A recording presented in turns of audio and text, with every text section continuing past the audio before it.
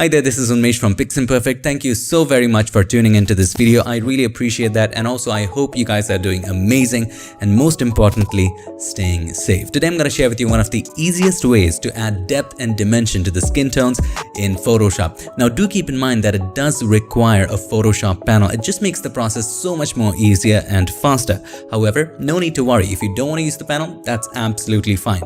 In the second part of the video, I'm going to show you how to do it without any panels or actions or any of that. So I've got you covered. So without any further ado, let's get started.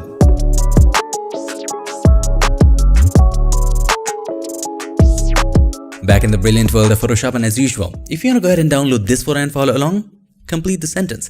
Anyway, so here we need to add dimension to the skin. A little bit of depth here. As you can see, it's fine. It looks okay, but it would look more dramatic if we had more depth. How to do it? Well, first part of the video, I'm going to show you how to do it with a panel. This is a panel that I highly recommend, and nobody has paid me to say this. Alright, this is not a sponsored post. I really personally genuinely like it. And that panel is actually Lumenzia. You can download it, and after you download and install it, you will find it inside Windows, Extensions, Legacy, and inside of that, Lumenzia. Now there are lots of features of this, and we have covered this before in this video. However, this one creates a curves adjustment layer, this button right there. And if you click on any of these buttons, these are luminosity mask presets. And based on that, you can create a curves adjustment layer with that as a mask. However, if you hold the shift key and then click on this button, you can choose curves for all white zones as blend if. So for all brightness level zones or all luminosity zones, it's going to create a curves adjustment layer, and that too, not as a layer mask. You can choose to create it with a layer mask, but you can also choose to create it as blend if. So just choose that and hit OK. Now you will see that 5 curves adjustment layers would be created. If you want more, you can just hold the shift key and click on it, and this time you can choose curves for all narrow zones. If you choose that, more zones would be created, but we do not want it, so I'm just going to hit the escape key. Alright, now we have all of these curves adjustment layer. This one is for the dark areas, and this one, the topmost one, is for the absolute bright areas. Now keep in mind, these are not luminosity masks. These are different zones of the image based on luminosity as blend if. So let's start with the topmost curve. Double click on it, and now you can take it up or down. I'm going to take it up a little bit. I'm going to make the brights a little brighter, just as this much. Let's start with the second one. And if we make it brighter, it doesn't look that great. Let's leave it the way it is. Let's start with the third one. Let's see what it has. So if we take it down, this is how it looks. If we take it up, this is how it looks. So it's basically targeting the midtones. If you want to make it slightly darker, have a look how easily it's making the skin tones rich. This looks about right to me. We don't have to go too much. And these, I think, would be for the dark areas.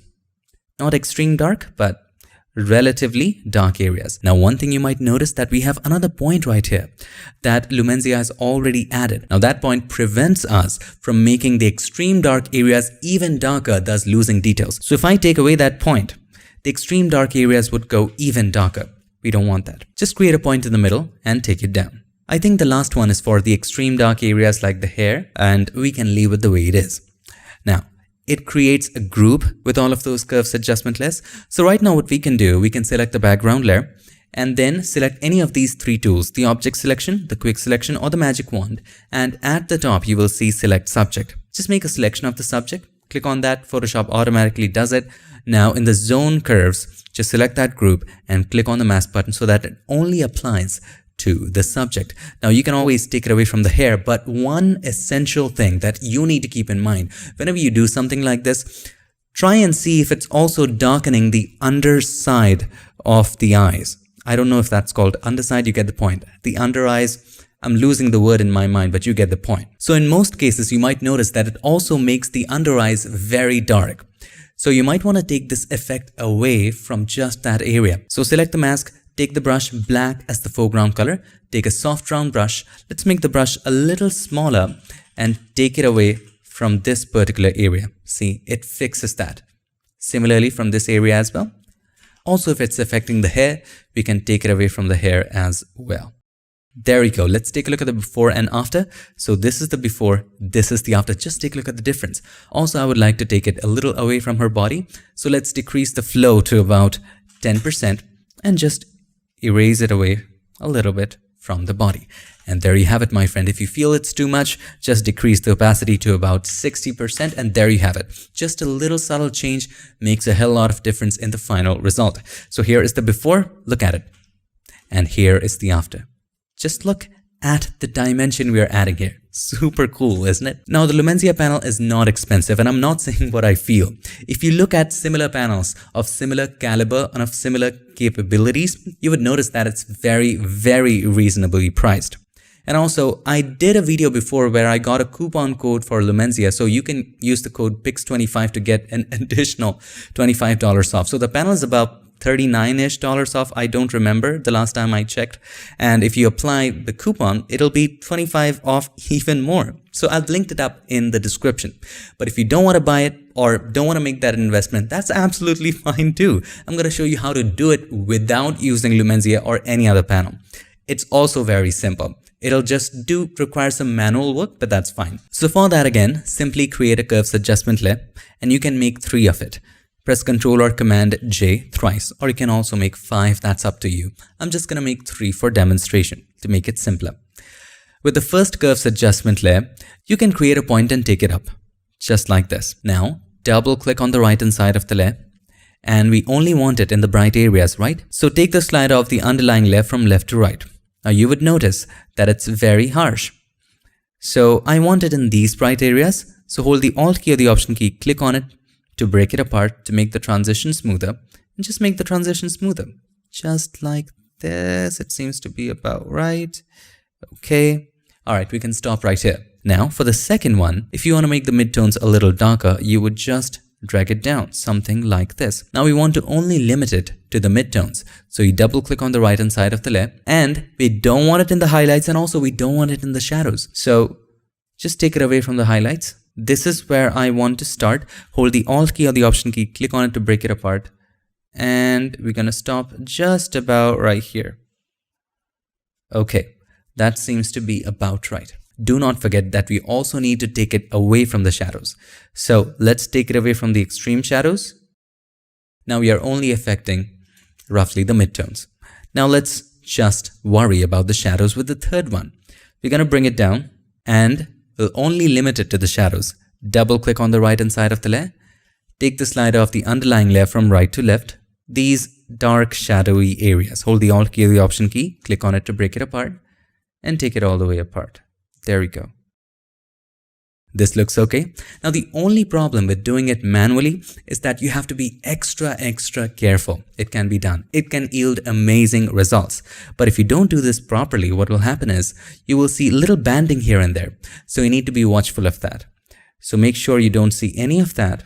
And once you're sure, just hit OK. And there you go. It also creates amazing results. So select all of these 3. Select the first one, hold the Shift key, select the last one, press Ctrl or Command G. Turn it off, select the background layer, and then select any of these 3 selection tools, or simply select the quick selection tool. Click on Select Subject. Now we have a selection of the subject. Turn on the group and then click on the mask button. Now in this case, you don't have extra control over the zones, so some things we have to do it manually. For instance, the hair is just affected too much. So select the mask, take the brush, take a soft round brush and erase it from the hair areas. Make sure the flow is at 100 and we're going to erase it from there. Make sure it's not erased from the face areas. Great. Also, let's zoom in and erase it from under eye area. There we go. Fixed. This area is also fixed. Now, of course, this would be too much. Let's decrease the opacity and slowly and gradually increase it to a point that looks good to us. To me, if you ask me, I'm going to just keep it at about 70%. So there you go. That's how to do it without a panel and with a panel. It's up to you as to how you would like to do it. If you're using a panel, you're just paying for convenience. If you want to have additional control and you want to manually do everything, this can be done too. Also, if you're feeling too ambitious, you can also create your own actions like this. So you can create an action which automatically creates 5 curves adjustment layers with different blend if levels. And that's a wrap. Just a quick little recap. To add depth and dimension to the skin, you just have to create curves adjustment layers for different zones. For example, here in this case, you have one zone for the bright areas, like this is for the bright areas, this one is for the extremely dark areas, this is for the midtones, so on and so forth. These zones are based on luminosity, and you simply add dimension by brightening the areas where the majority of the light is falling and darkening the areas where the majority of the light is not falling. That's all there is to it. I hope this video helped you, and if it did, make sure to give us a like, and also don't forget to subscribe, and not just subscribe, ring the bell so that you don't miss any other future tips, tricks or tutorials. I would like to take this moment to thank all these nice and amazing people for supporting this channel on Patreon and helping keep Piximperfect free for everybody forever. Thank you so much for watching. I'll see you in my next one. Till then, stay tuned and make sure that you keep creating.